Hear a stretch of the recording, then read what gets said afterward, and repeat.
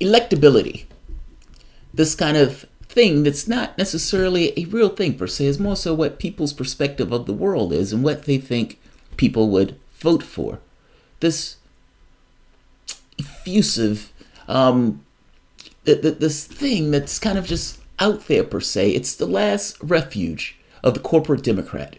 People aren't willing to vote for policies that will be in their best interests. People don't want higher taxes on the rich. People don't want health care. People don't want to ensure that the elderly are taken care of when they get older and older age. People don't want those things. We can't have nice things. And you need to stop trying to have nice things.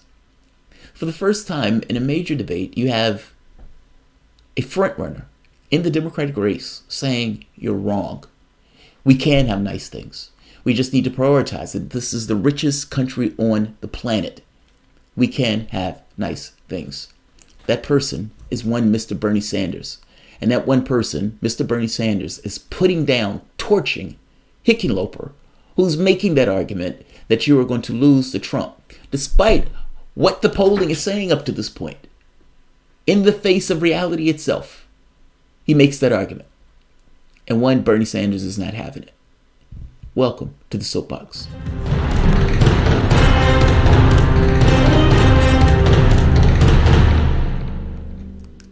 My name is Jamarl Thomas. This is the Progressive Soapbox. Guys, if you dig this content and you find yourself coming back to this channel often, please like this video, share this video, and please consider supporting this content through PayPal, Patreon. Even $1 helps. Before I start off with Sanders' part, I'm going to start off with Marianne Williamson. Marianne Williamson said something that may be the most truest thing that is said on this night. Take a listen to what she says. But so do the pharmaceutical companies, so do the health insurance companies, so do the fossil fuel companies, and so do the defense contractors. And none of this will change until we either pass a constitutional amendment or pass legislation that establishes public funding for federal campaigns. But for politicians, including my fellow candidates, who themselves have taken tens of thousands and in some cases hundreds of thousands of dollars from these same corporate donors, to think that they now have the moral authority to say, we're going to take them on, I don't think the Democratic Party should be surprised that so many Americans believe yada, yada, yada. It is time for us to start over with people who have not taken donations from any of these corporations and can say with real moral authority, that is over. We are going to establish public funding for federal campaigns. That's what we need to stand up to. We need to have a constitutional amendment. We need to have legislation to do it. Until we do it, it's just the same old, same old. Thank you. Yes! Yes! Yes! Yes! Love that woman. That woman says things that are infinitely true at times. And it just comes out. That's not the first time she said. She said 2 or 3 things in this debate attacking the Democratic Party itself. Essentially saying you've lost credibility because you guys aren't really standing up for things that people care about, things that people matter. And you're not being, none of you are really in a position to say you're taking on these forces with the exception of maybe Sanders. I mean, based on her argument, there is a Sanders in the race who's not taking that money. Let's keep going to the next question. And this question is going to be electability. You, Ms. Williamson. In poll after poll, Democratic voters say that they want a candidate who can beat President Trump more than they want a candidate who agrees with them on major issues. Again, framing. Every question that I've shown you from CNN towards Sanders has been framed in this way. This is not me cherry picking. This is what they were asking him all night. Every question was framed in a horrible way. That gets that much more so how well Sanders did in this debate. I've been watching this debate again, and God, he's done an amazing job in this debate. Like, the first time I watched the debate, I thought, God, I wish he would have said this, I wish he would have said that. And then as I watched it again, I was like, well, he did say those things. He was spirited. He did go after individuals who were going after him. He did all those things. He did an amazing, amazing job in this debate. And CNN was horrid. CNN sucks. The way he's asking this question right now is the similar way that he asks all these questions, framed in that way. You could ask the question of Delaney, why don't you believe that Sanders is electable? I mean, considering every poll shows that he's either beating Trump or he's either running even with Trump. Jake Tapper could have asked that question in a different way. Jake Tapper chose to ask all of these questions in the very specific ways that he asked those questions, all of which were framed in a particular way to denigrate Sanders. Understand what I am saying. Governor Hickenloper, you ran a Facebook ad that warned, quote, socialism is not the answer. The ad also said, quote, don't let extremes give Trump 4 more years. Are you saying that Senator Sanders is too extreme to beat President Trump? I'm saying the policies of this notion that you're going to take private insurance away from 180 million Americans, who many of them don't want to give it. Many of them do want to get rid of it, but some don't. Many don't. Or you're going to, the Green New Deal, make sure that every American is guaranteed a government job if they want. That is a disaster at the ballot box. You might as well FedEx the election to Donald Trump. I think we've got to focus on where Donald Trump is failing. You know, the word malpractice, and this is interesting. I always thought it was doctors or lawyers. It's, you know, negligent, improper, illegal professional activity for doctors, lawyers, or public officials. Google it. Check it out. Donald Trump is malpractice personified. We've got to point that out. Why is it soybean farmers in Iowa need 10 good years to get back to where they were 2 years ago? Where's the small manufacturing jobs that are supposed to come back? Why are we lurching from one international crisis to another? All things that he promised American voters. We've got to focus on that and the economy and jobs and training. What he's saying here is true. So what he's saying here is not wrong. The problem here and the fallacy here is that it's one or the other, as if these things are not intricately tied to one another. They're inextricably linked.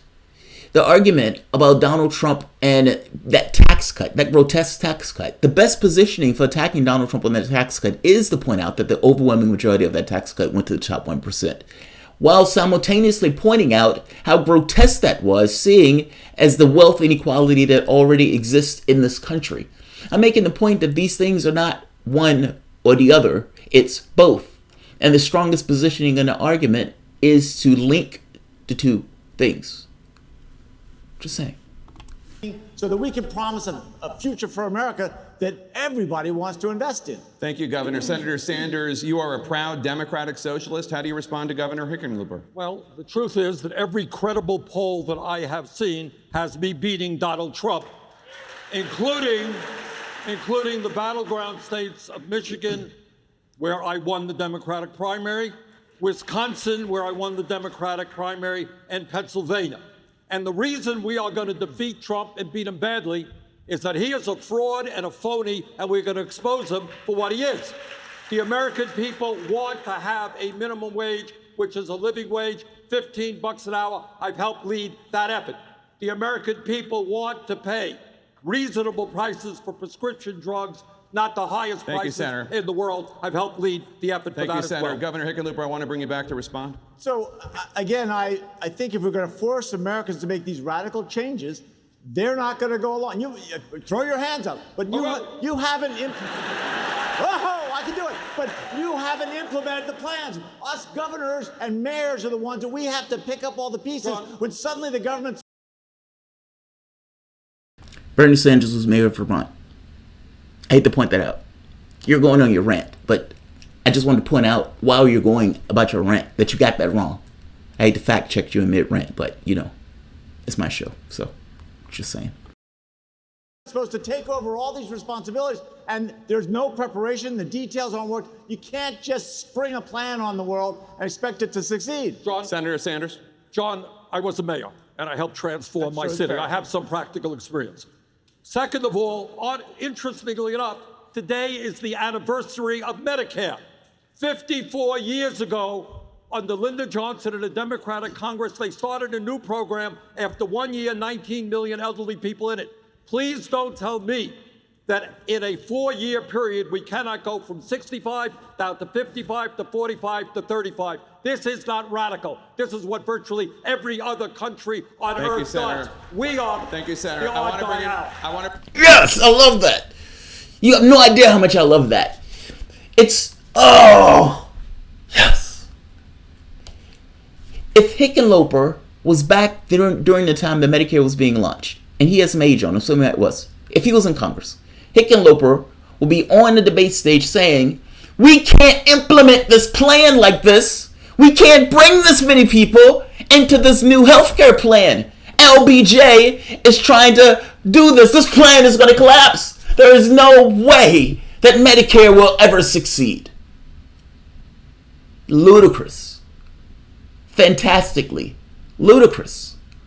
I love the fact that it's just so happened on Medicare's anniversary. So Sanders can point to the fact that that program exists, that we did that. Don't tell me that we can't do it because we've already done it. Your job, it seems, in this debate is to tell people that they can't have nice things, despite the fact that we have done what you are saying we can't do, and that other countries around the world already accomplish. We can have nice things. You prioritize having nice things. You prioritize what you want. You determine, you set the vision for what you want, and then you go and do it.